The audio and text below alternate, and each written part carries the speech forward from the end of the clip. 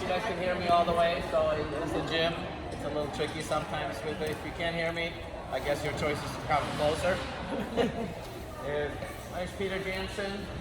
I guess now I should say former coach at UIC gymnastics for many years.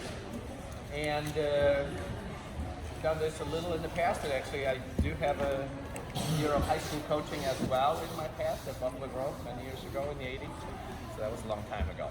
But anyway, they asked me to come and talk a little about giants.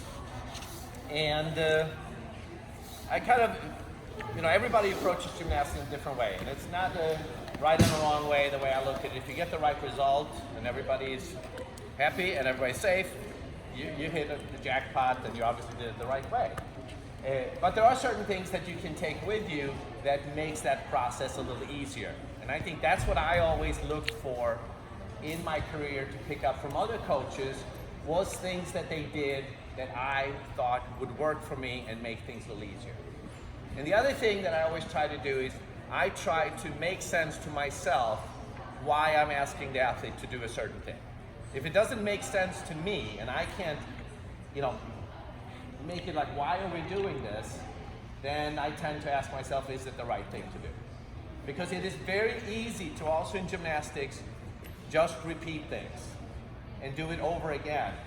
And it becomes trial and error. And the human body is fantastic at trial and error.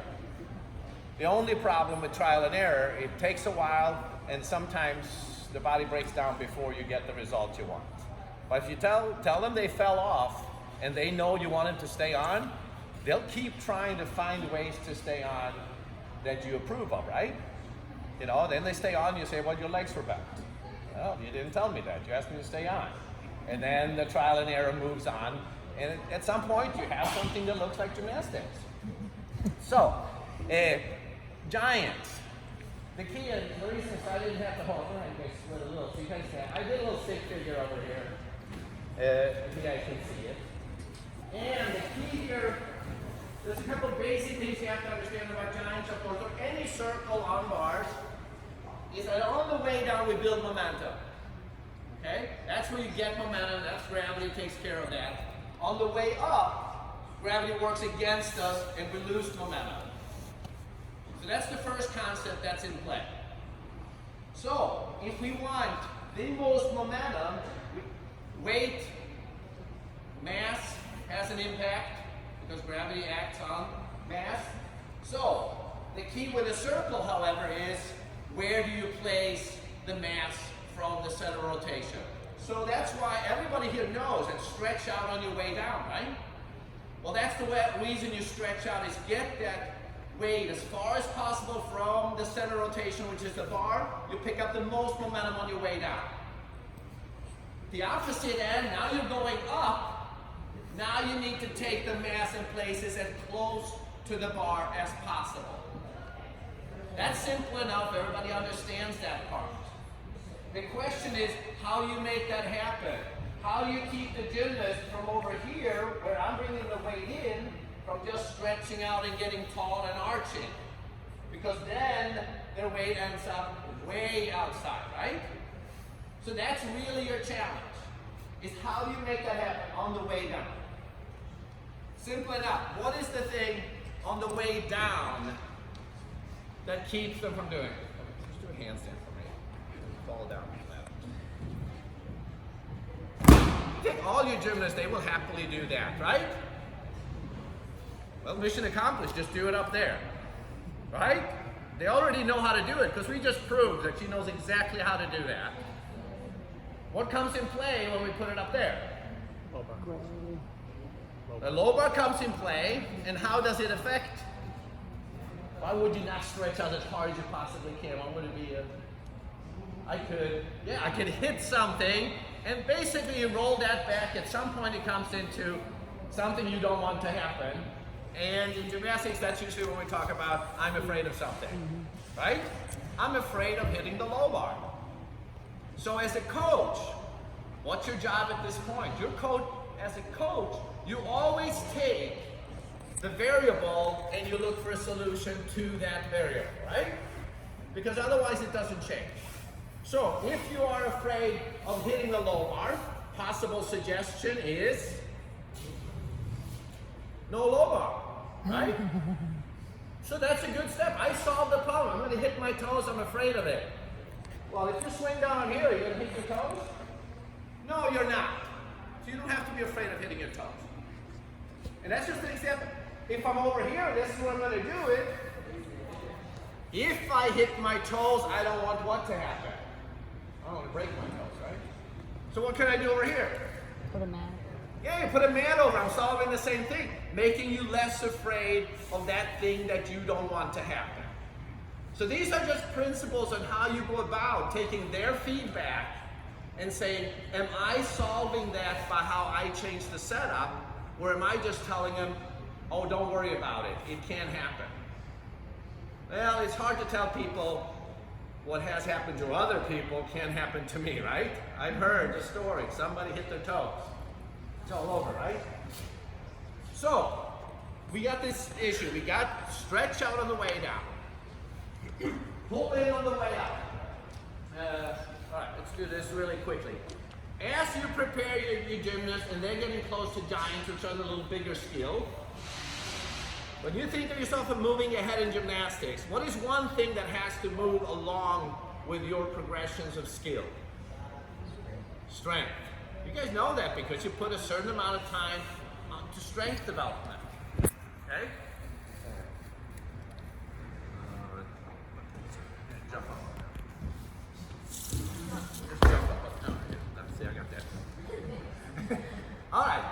So, when we think of this, a lot of times we will do leg raises. You want leg raise? We'll do a lot of this, okay? Because we're strengthening this kicking motion. Okay. Now, what muscle was she working when she did that? Abs. Yeah, hip flexors was the main thing. Some abs are involved and some other things, but hip flexors was the main thing. It's good for a gymnastics coach to know that hip flexors are one of the strongest muscles in the body. Why am I telling you that? Because it's rarely the muscle that you need to strengthen. That's why I'm telling you that. So as much as this seems to be a very logical exercise to get stronger at kicking over the bar, it really isn't the thing you need to do. So the changing in shape that we're talking about here, this is the most important change in shape. The kick comes here, but then this is the part, the closing of the shoulder angle. That is the key. People who swing strong giants can close the shoulder angle, and that's where the power comes from. That's how they get over the bar, not by changing the angle in the hip. So when you design conditioning things that you want to use down the road, because you're saying, I want my gymnast to be better at this. And remember, there's one thing that I run into always is people say certain conditioning things don't work. And that's probably true. Some don't work. But most of the time when people say that, you know why they don't work? You didn't do them long enough and consistent enough. You didn't for 2 weeks say, hey, they didn't get any better. We're not doing that anymore. We're doing something else. Strengthening takes consistent application over time for it to pay off. And that's the hardest thing for a coach is to be, I believe in what I'm doing, so we're going to keep doing it. I'm not going to judge it every day and say, it didn't work. It works, but there's things that take 6 months, a year to really pay off. So, the conditioning of this. Lay down there.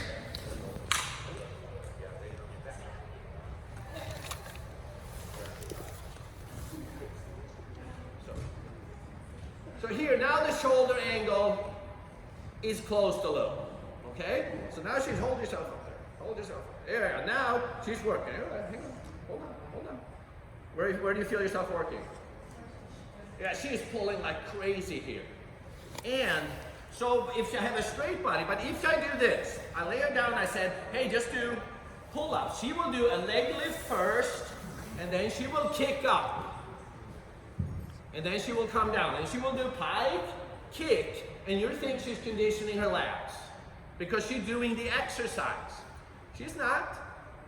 She's doing her hip flexors, and then she's actually doing her hip extenders by just popping those up, the shoulders close, And in essence, all you're working on is doing that in your giant, which you were thinking, I don't want to happen.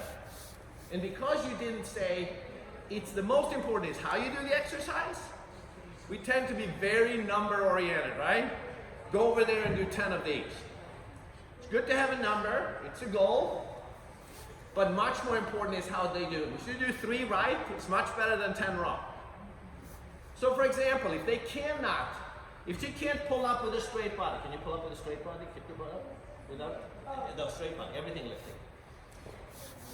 Yeah, just pull the whole body. Yep, yep. There. This is hard, right? Okay, bend your legs. Another. Okay, so by bending your legs, she could now work her lats. And slowly but surely, she could get to the point where she had it. So basically what I did was I took some weight off the bench press. Okay, and allowed her to use the angle that was going to be good. Or what you do is you start at the top, right? Here's the right position. Now hold this position, go as slow as you can till you hit the mat. Slow, slow, slow, slow, don't hit the mat. There you go. Now she's working the whole way down.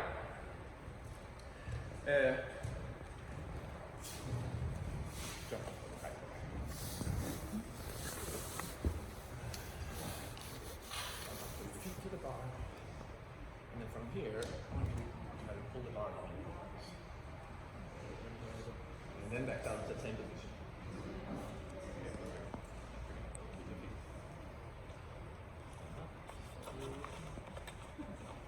Make it go a little higher. All the way up and hold it up to top. How far can you get up and still hold it? There. Okay, good. Now she was working really hard here, trying to do this pull. So by designing skills that makes them strong doing this is a really good idea if you want giants. Okay? So those are a couple of little things about thinking about when you start conditioning the kids that you want to have giants down the road. This kind of lat work should be included every day, all the time. Okay? And it can get more difficult if you jump up now. And you can go arch in the bottom and then pull so your leg hits there right away, straight back. Yeah, arch, pull. Don't pipe. I don't want you to pipe. Arch. And back. And arch and move it. All right, good. And some people there will say, don't let her get an arch in the bottom. You should pull from a straight body because that's harder. Yes, it's harder. So I agree with the argument that it's harder. I don't agree that you need to do it if you want to get your giant better because you're coming from an arch. It's fine to have that kick. My concern is that you don't go pike up, right? But you're pulling the whole body up. So you can continuously get this shape and realize that the most important part of a giant is the pullover. Think how fast do people move from baby giant to trying to do the real giant. In my way too fast. The pullover is part of the giant. It never goes away. You swing down here, you do a pullover. It just happens to have enough speed that you don't land on the bar. But you do a pullover in a giant. So if there's nothing else you get of today's thing, a giant is part of the pullover. Every time I have a gymnast go short on a giant, we go back to pullovers. Immediately. We don't do more. I don't push her harder, I don't swing faster, I go back to pullovers because it's the one part of the giant that suddenly is missing and she's just pushing away. Here, okay, now the other thing that I find out is we use certain words in gymnastics, tap, set, and we think that they have this ultimate description and everybody understands it. And to me it's a little of a pet peeve. People will say, tap more, tap harder. As long as you throw tap in there, somehow it's a gymnastics instruction. And I'm like, have you any idea what tap means to the gymnast you're telling it to? All they know most of the time is they've heard it a lot of times, so it's got to be a good idea. Because tap is always a good idea, right? I never heard tap being bad. But the question is, what is tap and how do you tap? So, I like to think that tapping then is you set a set of motions in it starts. And after that, once you start a tap, the next thing happens on its own, the next thing happens on its own. It's a chain of events is what a tap is. You decide when to start it, but after you have started it, it's a little out of your hands. So, for example, a giant that goes short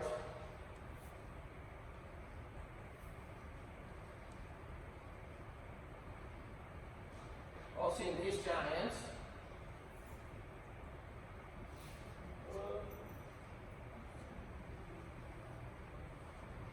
Right? Swinging down, there's the nose, pipe, arches really early, right? Alright, I got the arch in. After the arch, the massive arch, the body straightens out. It kicks down here at the bottom, but after it kicks, it goes back to that arch and they don't make it over the bar. I know everybody has a giant like that in their gym, right? It happens. Why does it happen? Because after that first arch was initiated this early, the body was going to go to the max arch and then it was going to come back. And after it got to the kick to the hollow, it was going to go back to the arch. So these arches are often 180 degrees separated. Arch over here, you get the arch over there. So your job in a tap is to decide when does the tap start? What part are you in control over? You are in control over when you start that arch. So a giant here that's pushed out nice hollow, it holds the hollow a lot longer than here. You can see that, right? Here the arch is already happening, almost straight out. The arch hasn't happened yet. It happens right at the bottom. So what you can see here now is that the shoulder is moving a very small distance while the feet are moving a great distance. You see that? See how far those feet were moving in the same time that the shoulders only moved this far. That's what the tap did. By arching at the right time, the shoulders stopped, and the feet suddenly overtook everything, went past it, and it went over the bar. It all depended on when I started the arch. So, this is a tap for a skill in gymnastics, right? Any of you girls can pick out which skill is this? What is it? Takacha, that's right. It's a tap for a takacha. And it becomes a takacha because of the early arch. After that, it's not up to the gymnast. The motion has started. You set in motion a certain amount of that, and there you go. Same thing here. This is a tap for something like a, you guys see? You guys figured out? A power giant, right? Comes over the bar very smooth. If you're going to have a big dismount. So the difference in when I initiate the tap is all about what do I want to do. So I didn't those two extremes, action that stops short and power giant that goes over, because essentially those are the two problems that you will have doing giants. So, now what I'm going to do now is let's get on this and we'll have you guys doing some giants, right? So chalk up, get in a line, swing 2 or 3 giants, and then we'll start taking a peek on this and see what happens.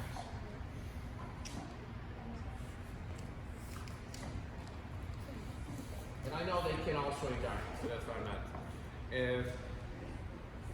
The next thing, yeah, go ahead.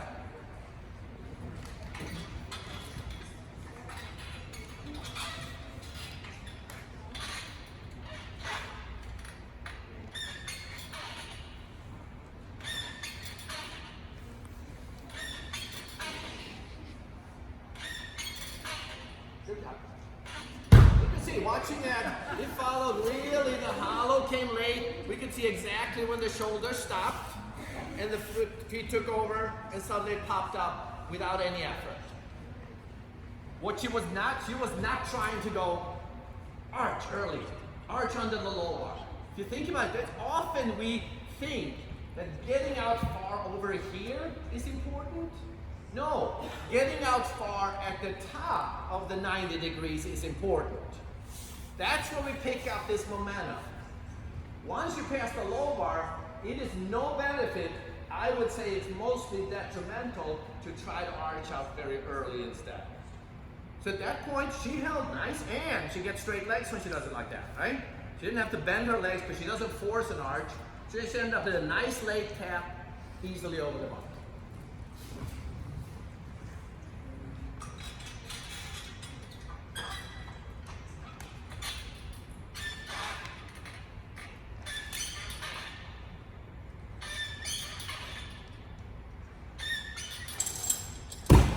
Good job. The one thing that we see there is with the pike giant, and there's nothing wrong with the pike giant, okay? But with the pike giant, you start shaping a lot more in your hips than you do. When you're taller and you swing pike giants, you shape more in your hips, right? Everybody could see that when she came down. It wasn't just this nice rounded shape here. She actually had to almost break to 90 degrees to get past it.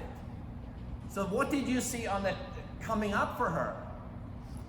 Yeah, the shapes were still, she started the shapes in her hips, and what do you think continues? We said, it's the tap has started, then it's out of her hands. The arch comes in the hips, and then it came back to here, and then it came back to the arch again. Everybody could pick up that there was an arch going on when she was coming over. And I would argue that's the biggest reason for that was when she was passing by the low bar, it was not a smooth hollow shape because she felt she was a little tall and a little close. So she thought, I gotta pull my feet in. At that point, yeah, there could be a time when straddling would make it a little easier. You would have a little more room to work with so you could keep the hollow. That would probably be one of those things I would try first. And otherwise, I would try to get as far as possible. All right, let's do the next one.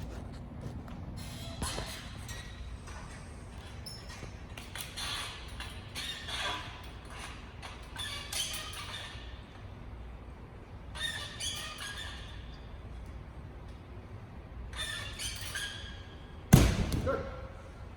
What we can see there is she does a good job. She stays close to the low bar. The arch happens here, but could you all feel the direction of her kick? It was going this way, right? And then she only had one option left, was like, let's get my shoulders over the bar. Because once again, it's like a whip. Once it starts, it keeps moving. So we could say, don't throw the bar back, because we can assume that she did this on purpose. I would believe it was based on the timing of the early kick. So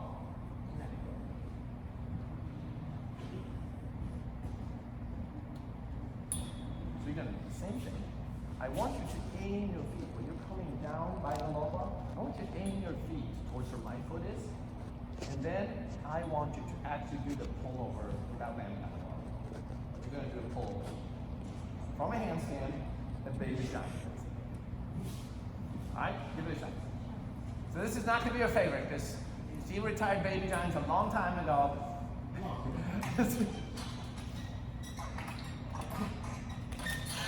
Aim your feet towards my foot. Flex, flex, flex.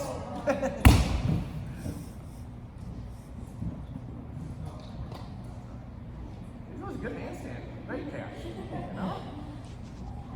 Anybody thinks you don't have a great calf handstand? All right. Push it out. There you go. Hit my foot. Okay, good. Thank you. Good job. So what we can see still, it was forced out to here, and then it came in, right? So you can see that exploited to us the issue with her giant. It goes really far away from the bar over here, and she has a hard time getting over the bar again. So delaying the tap would be my main thing if I had her, and she would really get to the point where I would have her do a good baby giant, not necessarily landing on the bar, or 3/4, 7/8, with the full downswing. So don't get away from the baby giant just because they can cast higher. Being able to cast handstand, swing down full speed, and pull over the bar without hitting the bar is one of the best skills that a bar gymnast can have in their arsenal. Because it gives them a ton of opportunity to do whatever they want with their giant. The other ones, they're just left. Okay.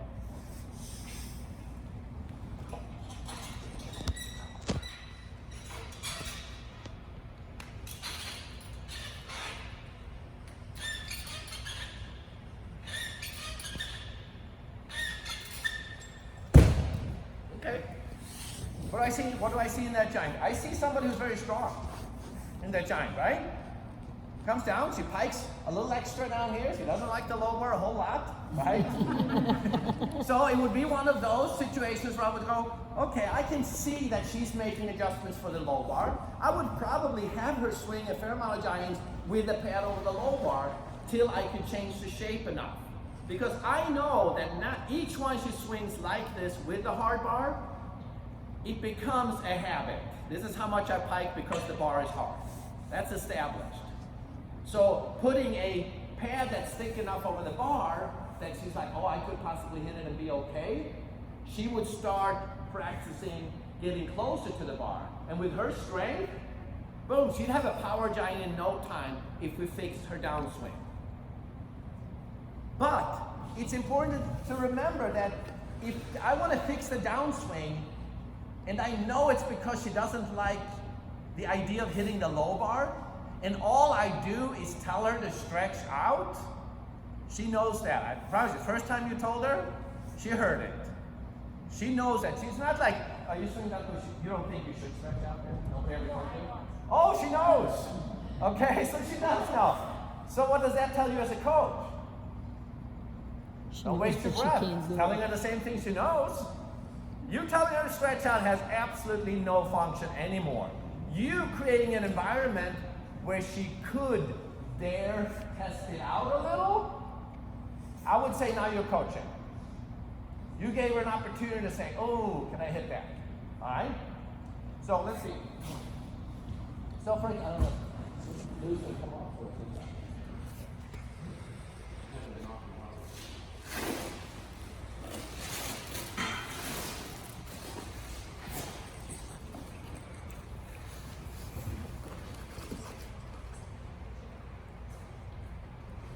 Okay, so we're going to do two things. We're going to pad this to tell her it's okay to hit this, okay? Nothing's going to happen. You might not make the giant. Second thing we're going to do is we're going to give her some kind of a measurement of when do I need to pike. You know, if we look at the bar, when she gets she could actually go almost to 90 degrees before she piked and have room to do it. But I want you to go in a handstand, and when you fall to your stomach, I want you to slowly in your head just go 1, 2, 3, and see how far you get. Okay? So handstand, fall. Okay, what'd you get to? She got to 2. Okay? So I don't think she's going to do 2.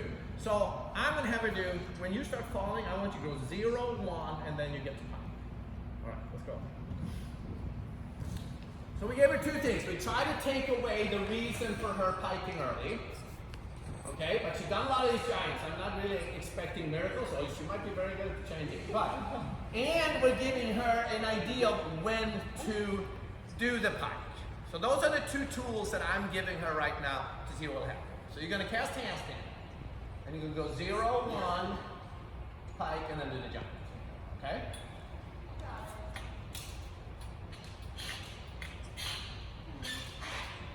0, 1.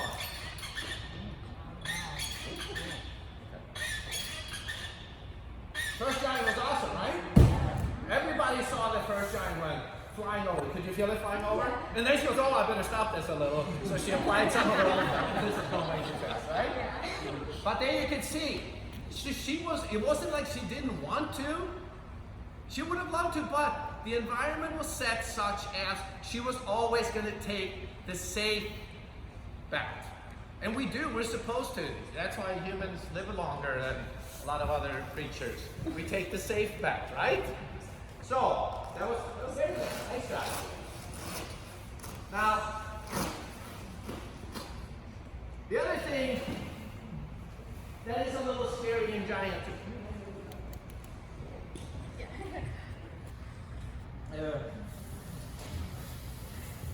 is you're going to do something complicated and something kind of scary.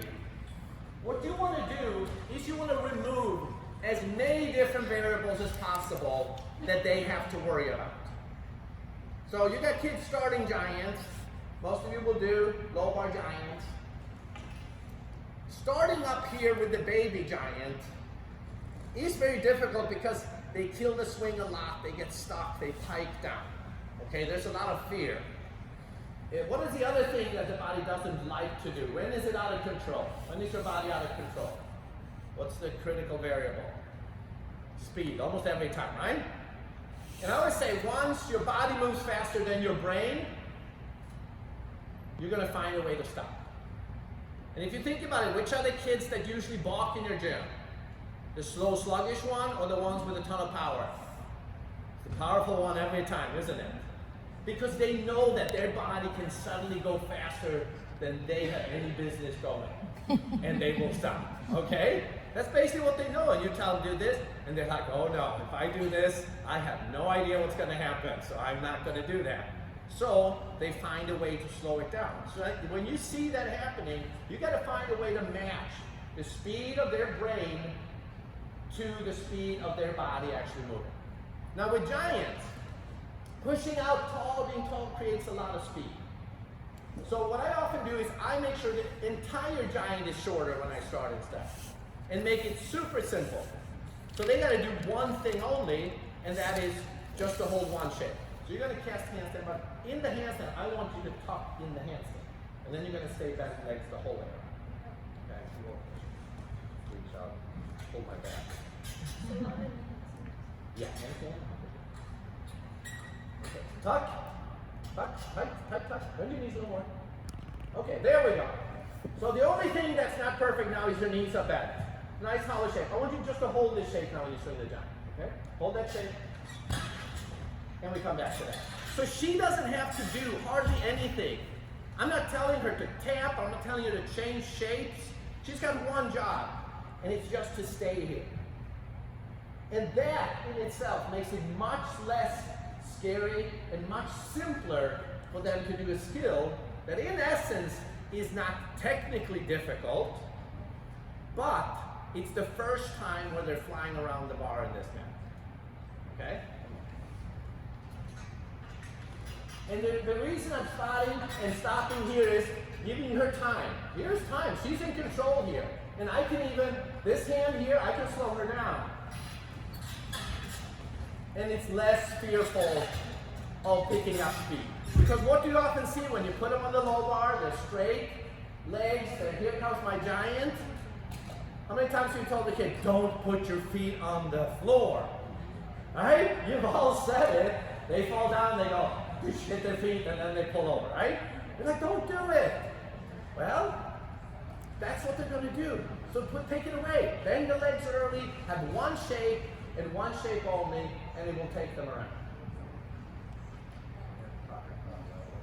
And the last thing,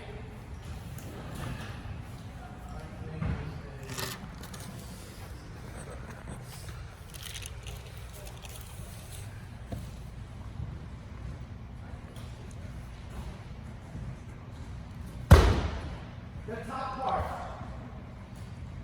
You know, the top part of the giant, people are like, oh, they don't shift their hands. It's such a big problem. Can you teach them to shift their hands? Well, can you teach them to shift their hands? The good giant that has speed shifts their hands. Okay? But you want to make sure, if you don't do back extension rolls in your warm-up or as a drill on bars, I think you're making a big mistake. That statement I can make clearly. Because it's the easiest place to do the top half of a giant, right? Why don't they like to do back extension rolls? You make them do one and they're like, oh, I don't want to do another one. What's the main reason they hate back extension rolls? Can't make it over. The head hits the floor. So once again, you know I want them to do back extension rolls. They're telling you they don't want to do it. You're full aware of why they don't want to do it. Well, how do you solve it? You say, oh, we're just going to do 3. Well, that's one solution, but you didn't really solve the problem. You just forced them to do 3 and ignore the problem. But there's no benefit to hitting your head on the back extension roll floor. It doesn't get better in any way. So use triangles, use soft mats like this, back extension. Yeah, true. There. So you can do that all day. It doesn't matter because you don't hit your head, right?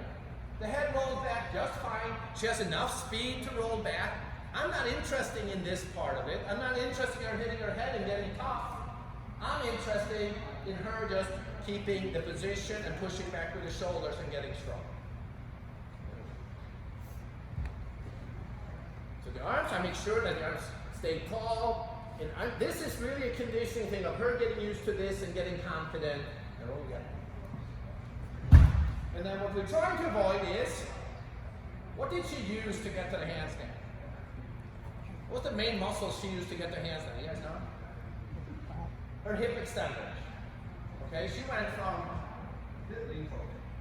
this position to this, and that gave her enough look.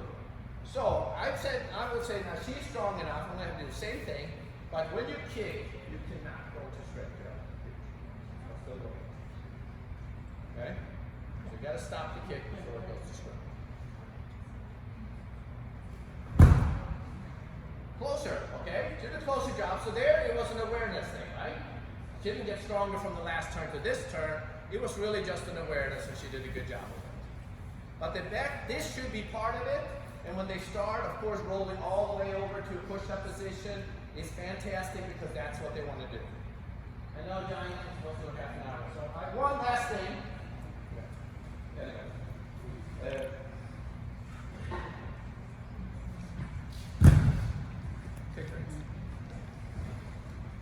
If by mistake you end up just a little short on your giant, right? And you got the entire team hoping they're going to go over the bar. Right? And it's panic now because it's the last kid up. We're winning the meet. And we're going to pull your toes! And she pulls her toes over. And she falls off. So, how do you get over the bar? What is it? So this is like the end of it. If you are in trouble, and this is so misunderstood, that's why I'm letting you in on this little secret here. So, when her toes are moving this way, her butt is moving this way. And if she's anything like me, my butt is heavier than my toes. My goal is to get the weight on that side so I make it over. Bad idea is to take the lightest part of my body and put it on that side and move the middle of my body the opposite way. So pick things again. So you have one option only. If you're stuck in the handstand, is that flex put your head in and flex your shoulders. Push. That's it. It's the only way you get over the bar once you're in trouble. So I'm just asking, please don't tell them to pull their toes over. They had one chance to pull their toes. You know what that was? That was down there in the giant. After that, pulling your toes will never be of any help to them again. Okay? One shot.